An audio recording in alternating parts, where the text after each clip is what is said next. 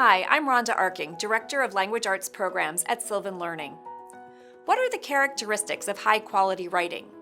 Describing and evaluating good writing in terms of traits gives us a common language for speaking about and assessing writing.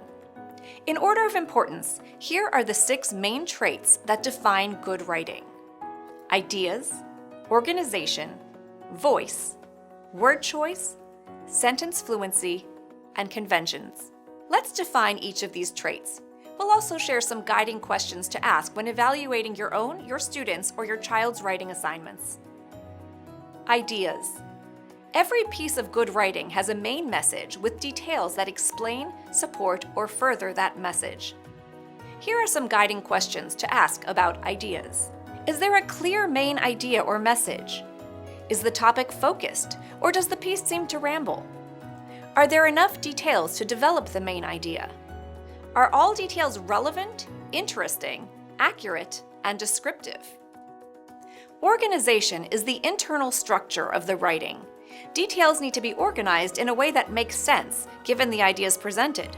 For example, a biographical essay might be organized in time order, whereas an argument essay might organize ideas into a point-by-point analysis. Here are some guiding questions to ask about organization. Does the writing grab the reader's attention in the introduction? Does the writer include transition words that guide the reader through the piece? Are details logically arranged? Does the writing end with a conclusion that sums up the main ideas? Voice. Every writer has a personality. This personality needs to shine through in writing. The audience needs to know that the writer cares deeply about the topic or has specific ideas about the message. Here are some guiding questions to ask about voice.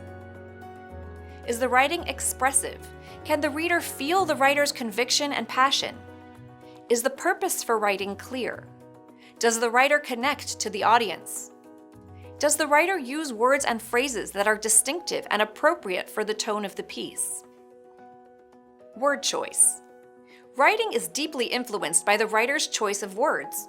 Good writers use colorful and precise words throughout to help the reader see what is being presented. Here are some guiding questions to ask about word choice. Does the writer use action verbs that are lively and keep the writing energetic? Is the writer thoughtful and deliberate about the words used? Are terms used accurately and specifically?